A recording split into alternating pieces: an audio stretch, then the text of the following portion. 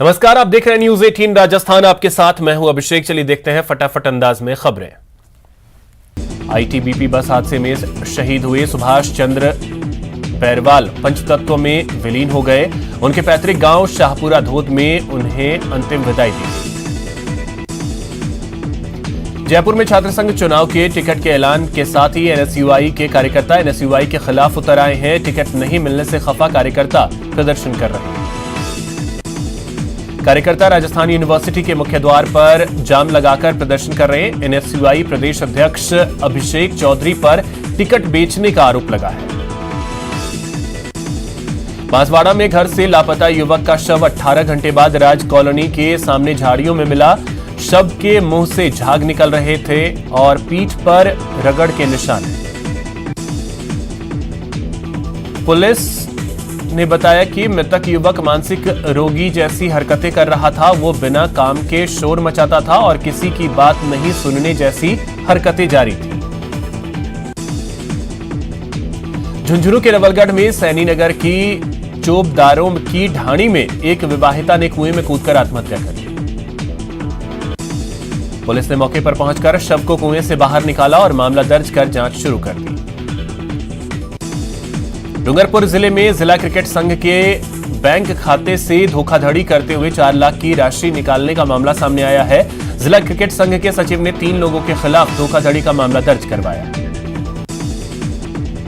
उदयपुर में 1 दर्जन से ज्यादा व्यापारियों के साथ बड़ी धोखाधड़ी का मामला सामने आया है। एक शातिर ठग ने शहर के व्यापारियों को निशाना बनाया और लाखों रुपए का सामान लेकर फरार हो गया। ठग ने खुद को बड़ा बिजनेसमैन बताते हुए उनकी दुकान के सामान को बड़ी तादाद में खरीदने की इच्छा जाहिर की और सभी व्यापारियों को भुगतान का चेक भी दे दिया, जो बाउंस हो गया। भरतपुर जिले की बयाना कोतवाली पुलिस ने अतिक्रमण और मारपीट के मामले में वांटेड आरोपी को गिरफ्तार किया है। आरोपी के खिलाफ एक युवक ने उसके घर के सामने अतिक्रमण करने और मारपीट करने का मामला दर्ज कराया था। गिरफ्तार आरोपी हलेना क्षेत्र के गांव कटेले का रहने वाला है, जबकि एक अन्य आरोपी पहले ही गिरफ्तार किया जा चुका है।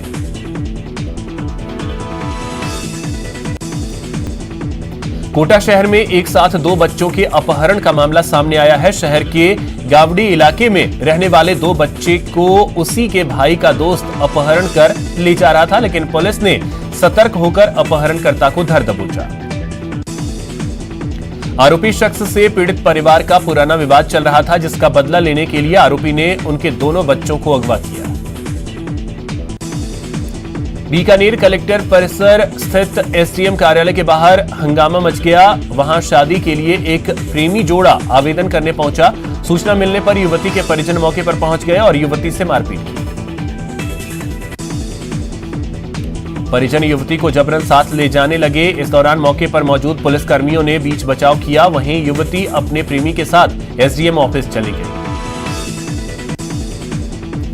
जोधपुर सेंट्रल जेल की सुरक्षा में बजरी के बोरे से बड़ी संख्या में मोबाइल और ईयरफोन बरामद किए गए हैं। जेल प्रशासन मामले की जांच में जुटा है। पूर्व में भी जेल में मोबाइल बरामदगी के बाद कुछ अपराधियों व जेल कर्मियों पर गाज गिर चुकी है, लेकिन जेल में मोबाइल पर अंकुश लगाने में जेल प्रशासन पूरी तरीके से नाकाम साबित हो रहा है। कोटा में उद्योगनगर थाना पुलिस ने 2 शातिर बदमाशों को गिरफ्तार किया है, जिनके कब्जे से पुलिस ने देसी पिस्टल और 1 जिंदा कारतूस बरामद किया। पुलिस के मुताबिक आरोपी रोहित और उसका साथी योगेश ने गोपाल पाटोना और उसके बेटे बलराज के सिर पर पिस्टल लगाकर गोली मारने की धमकी दी। कोटा की किशोरपुरा थाना पुलिस ने अमन बच्चा गैंग के शूटरों को गिरफ्तार करने में कामयाबी हासिल की है। पुलिस ने अमन बच्चा गैंग के फैजल, इम्मू, चांदवाली, अख्तर और कुशाल को गिरफ्तार किया। पुलिस के मुताबिक चारों बदमाशों ने किशोरपुरा इलाके में 14 अगस्त की रात को सिराज अहमद नाम के शख्स को पिस्टल और चाकू दिखाकर जान से मारने की धमकी दी थी। पोखरण पुलिस ने पहली बार एक महिला तस्कर को गिरफ्तार कर 400 ग्राम अफीम बरामद किया। पुलिस अधीक्षक के निर्देश से जिले में अवैध मादक पदार्थों की तस्करी व बिक्री रोकने के लिए विशेष अभियान चलाए जा रहे हैं, जिसके तहत महिला तस्कर कमला कंवर को गिरफ्तार किया गया। हनुमानगढ़ जिले के भाखरावाली गांव में कल साधु चेतन दास की हत्या के मामले में आज दूसरे दिन भी संग्रिया पुलिस के हाथ खाली हैं। पुलिस अभी तक हत्या के कारणों और हत्यारों दोनों का नहीं पता लगा सकी है। संग्रिया पुलिस के अनुसार कल सुबह साधु चेतन दास का शव कुटिया के बाहर पड़ा मिला था। चेतन दास पर अज्ञात व्यक्तियों द्वारा धारदार हथियारों से हमला किया गया था। अलवर जिले के गोविंदगढ़ में मॉब लिंचिंग मामले में मृतक के परिजनों ने पुलिस पर गंभीर आरोप लगाते हुए कहा है कि पुलिस के कहने पर आरोपी मामले को रफा दफा करने के लिए 1000 रुपए देने आए थे। जिस खेत में यह घटना हुई थी उस खेत में फसल खराब होने पर फसल के मालिक को भी 3000 रुपए पुलिस ने अपने हाथ से दिए थे। दौसा में करंट से हुई दिनेश सैनी नामक युवक की मौत के मामले में रात भर जमकर हंगामा हुआ। जिला अस्पताल से शव लेने के बाद ग्रामीणों ने गीजगढ़ पुलिस चौकी के सामने शव सड़क पर रखकर प्रदर्शन किया। दर्जनों की संख्या में ग्रामीण बिजली निगम के कार्यालय पहुंचे और वहां तोड़फोड़ की। इस दौरान ग्रामीणों ने आर्थिक मुआवजा, नौकरी और दोषी बिजली निगम के अधिकारियों पर कार्रवाई की मांग की। प्रतापगढ़ जिले के दलोट कस्बे में अनियंत्रित बस खाई में उतरने से हादसा हो गया। इस हादसे में बस चालक सहित 8 लोग घायल हो गए। बस की स्टीयरिंग फेल होने और निर्माणाधीन सड़क पर डाली गई मिट्टी में फंसने की वजह से बस खाई में उतर गई। उदयपुर में बारिश के कारण आसपास के गांव में नदी नाले उफान पर हैं। शहर से 50 किलोमीटर दूर वली गांव में झमरी नदी पुल से गुजरते हुए एक मिनी ट्रक नदी में बह गया। हादसे के बाद ग्रामीणों ने ट्रक में सवार 3 लोगों को रस्सी के सहारे बाहर निकाला। बाद में ग्रामीणों ने मिनी ट्रक को भी बाहर निकाला। अलवर जिले के उद्योगनगर थानांतर्गत ग्राम बहाला में प्याज की फसल में कीटनाशक दवा का छिड़काव करते समय उसके प्रभाव में आने से एक व्यक्ति की मौत हो गई। परिजन उपचार के लिए मित्तल हॉस्पिटल लेकर उसे पहुंचे, जहां उपचार के दौरान बीती रात उसकी मौत हो गई। बीकानेर के नोखा में बजरी की खान धंस गई। इस हादसे में एक 8 साल के बच्चे की मौत हो गई। अलवर में मॉब लिंचिंग मामले में बीजेपी राज्य सरकार को घेरने का कोई मौका नहीं छोड़ रही है। पार्टी की उच्च स्तरीय जांच टीम अलवर पहुंच चुकी है। विधायक मदन दिलावर, राजेंद्र राठौड़ और अरुण चतुर्वेदी मौके पर जाकर पीड़ित परिवार से पूरी घटना की जानकारी जुटाएंगे। मदन दिलावर ने कहा कि ट्रैक्टर चोरी हुई ही नहीं थी, उग्र भीड़ ने निर्दोष शख्स को मौत के घाट उतार दिया। अलवर मॉब लिंचिंग के मामले पर बीजेपी सरकार पर हमलावर है। आज बीजेपी की जांच टीम अलवर दौरे पर है। इस बीच नेता प्रतिपक्ष गुलाबचंद कटारिया का बड़ा बयान भी सामने आया। कटारिया ने कहा कि मेवात में कानून व्यवस्था बनाए रखने के लिए सख्ती जरूरी है। जैसे ही ढील जाती है, बदमाश बेखौफ हो जाते हैं। मॉब लिंचिंग की एक और घटना इसी का नतीजा है। प्रदेश में आबकारी विभाग की पॉलिसी पर सरकार को समर्थन देने वाले सीएम सलाहकार संयम लोढ़ा ने ही सवाल उठाने शुरू कर दिए हैं। राज्य में लीकर की मॉडल शॉप खोलने के लिए विभाग की ओर से नियमों में किए गए बार बदलाव पर विधायक संयम लोढ़ा ने आपत्ति जताई है। संयम लोढ़ा ने कहा कि उन्होंने मुख्यमंत्री अशोक गहलोत को पत्र लिखा है। पत्र में उन्होंने इन शॉप्स को व्यक्ति विशेष और संस्था को लाभ पहुंचाने वाला बताया है। अलवर में भाजपा का 3 सदस्यीय दल राजगढ़ पहुंच गया है। ये दल वहां से कुछ देर बाद गोविंदगढ़ पहुंचकर पीड़ित परिवार से मुलाकात करेगा। अलवर जिले के गोविंदगढ़ में मॉब लिंचिंग में एक की मौत हो गई। मामले की जांच के लिए बीजेपी प्रदेश अध्यक्ष सतीश पूनिया ने 3 सदस्यीय समिति बनाई है। बारा के राजपुर कस्बे के राजकीय उच्च माध्यमिक विद्यालय में छात्र छात्राओं ने अध्यापकों और पेयजल की मांग को लेकर विद्यालय के मुख्य गेट पर ताला लगा दिया। छात्रों ने बताया कि अध्यापकों की कमी के साथ साथ काफी समय से पेयजल की समस्या भी बनी हुई है, जिसके कारण पोषाहार में बरसात का पानी उपयोग में लेना पड़ रहा है। सीकर के खाटू श्याम जी में भगदड़ मामले को लेकर बंद का आह्वान किया गया। जिले में विभिन्न संगठनों की ओर से शहर के बाजार आज पूरी तरह से बंद है। इस दौरान जगह जगह पुलिस तैनात की गई है। बंद समर्थकों की मांग है कि मंदिर कमेटी को बर्खास्त किया जाए। स्वर्गीय राजीव गांधी की जयंती के अवसर पर दौसा कलेक्ट्रेट में शपथ का कार्यक्रम आयोजित किया गया। इस अवसर पर अतिरिक्त जिला कलेक्टर राम खिलाड़ी मीणा और एसडीएम संजय कुमार गौरा भी मौजूद रहे। राजीव गांधी की जयंती को सद्भावना दिवस के रूप में मनाया जा रहा है। कोटा यूनिवर्सिटी में कोरोना काल के 2 साल बाद छात्र संघ चुनाव के लिए वोटिंग होगी। चुनाव लड़ रहे छात्र छात्राओं ने पूरी ताकत झोंक दी है। एबीवीपी ने कोटा यूनिवर्सिटी से छात्र संघ अध्यक्ष पद के लिए अंतिमा नागर और उपाध्यक्ष पद के लिए स्तुति राज को उम्मीदवार बनाया है। उदयपुर में जिला प्रशासन की ओर से जिला कलेक्ट्रेट में आईटी केंद्र में जनसुनवाई कार्यक्रम रखा गया। इस अवसर पर जिला कलेक्टर ने जनसुनवाई की। जनसुनवाई में सड़क, पानी, बिजली, भूमि अवाप्ति, अतिक्रमण आदि समस्याओं को लेकर परिवादी पहुंचे। कलेक्टर ने अपने पास की सीट पर परिवादियों को बिठाकर उनकी समस्याओं को सुना।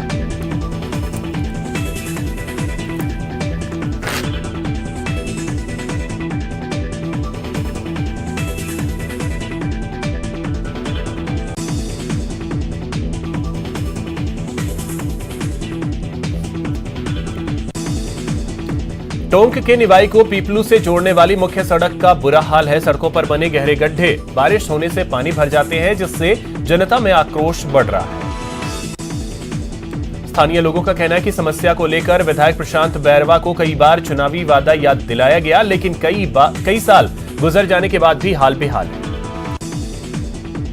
श्रीगंगानगर जिले के आर्मी पब्लिक स्कूल में नीट परीक्षा केंद्र पर हुई गड़बड़ी के बारे में एनटीए ने अभी तक कोई फैसला नहीं लिया है। अधिकांश परीक्षार्थी परीक्षा को रद्द कर दोबारा कराने की मांग कर रहे हैं। राजसमंद से गुजरने वाले नेशनल हाईवे नंबर 8 पर सुप्रीम कोर्ट के निर्देशों को ताक पर रखा जा रहा है। सैकड़ों की संख्या में ऐसे ओवरलोडेड वाहन गुजर रहे हैं। क्षमता से 2 से 3 गुना अधिक श्रद्धालु वहां सफर कर रहे हैं। बता दें 2007 में श्रद्धालुओं से भरे ट्रक के पलटने से करीब 100 लोगों की मौत हो गई थी, जिसके बाद कोर्ट ने निर्देश दिया था कि वाहनों में पार्टीशन रोका जाए। टोंक जिले में छात्र संघ चुनाव की अधिसूचना जारी होने के साथ ही कॉलेज में चुनाव की सरगर्मियां बढ़ गई हैं। आज मतदाता सूचियों का प्रकाशन किया जाएगा। कोरोना संक्रमण के कारण 2 साल बाद हो रहे चुनाव को लेकर छात्रों में उत्साह देखने को मिल रहा है। जालौर जिले में पिछले 36 घंटे से लगातार भारी बारिश के चलते स्कूलों में अवकाश की घोषणा की गई है। जिला कलेक्टर निशांत जैन ने आदेश जारी किया।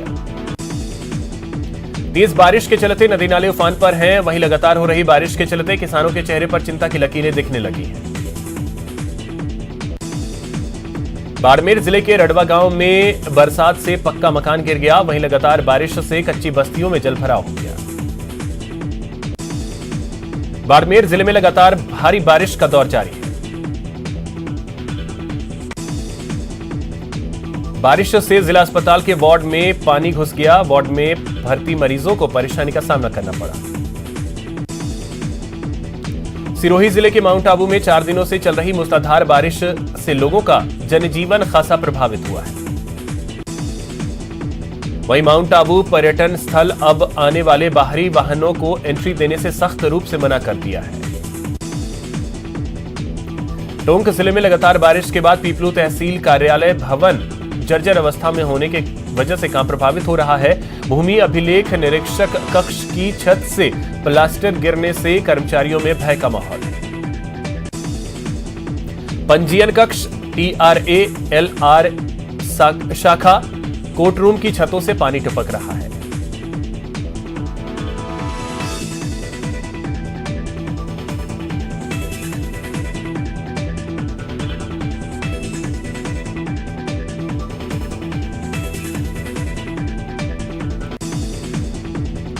जैसलमेर जिले में मंगलवार को हल्की बौछार के साथ बूंदाबांदी हुई, जिसके साथ ही ग्रामीण इलाकों में भी तेज हवाओं के साथ अंधड़ देखने को मिला। करौली जिला मुख्यालय पर शारीरिक शिक्षक शैक्षिक संगोष्ठी का समापन हो गया। विद्यालय में नए खेलों का विस्तार, खेल मैदान और संसाधनों के विकास पर चर्चा की गई। एसएमएस अस्पताल में जल्द इंटीग्रेटेड हेल्थ मैनेजमेंट सिस्टम लागू होगा। इस सिस्टम के जरिए सभी मरीजों का कंप्लीट डेटा सॉफ्टवेयर के जरिए एकत्रित किया जाएगा। इस सिस्टम से एक और जहां मरीज के रजिस्ट्रेशन से लेकर ओपीडी और आईपीडी की तमाम जानकारी शामिल होंगी, तो भविष्य में पॉलिसी डिसीजन से लेकर मॉनिटरिंग के लिए डेटा का उपयोग किया जाएगा। यूथ कांग्रेस के प्रदेश अध्यक्ष गणेश घोगरा अपने विधानसभा क्षेत्र के जेलाना गांव पहुंचे। वहां उन्होंने प्रशासन गांव के संग अभियान के फॉलोअप शिविर में शिरकत की।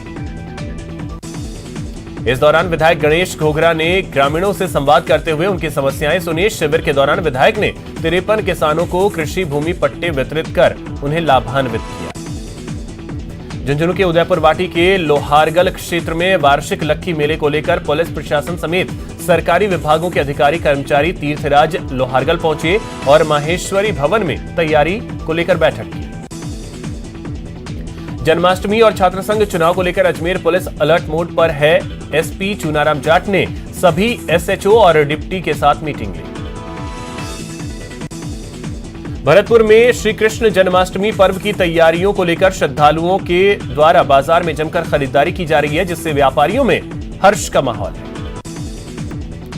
राजसमंद के आरके अस्पताल में संचालित वन स्टॉप सेंटर का जिला विधिक सेवा प्राधिकरण सचिव मनीष कुमार वैष्णव ने निरीक्षण किया।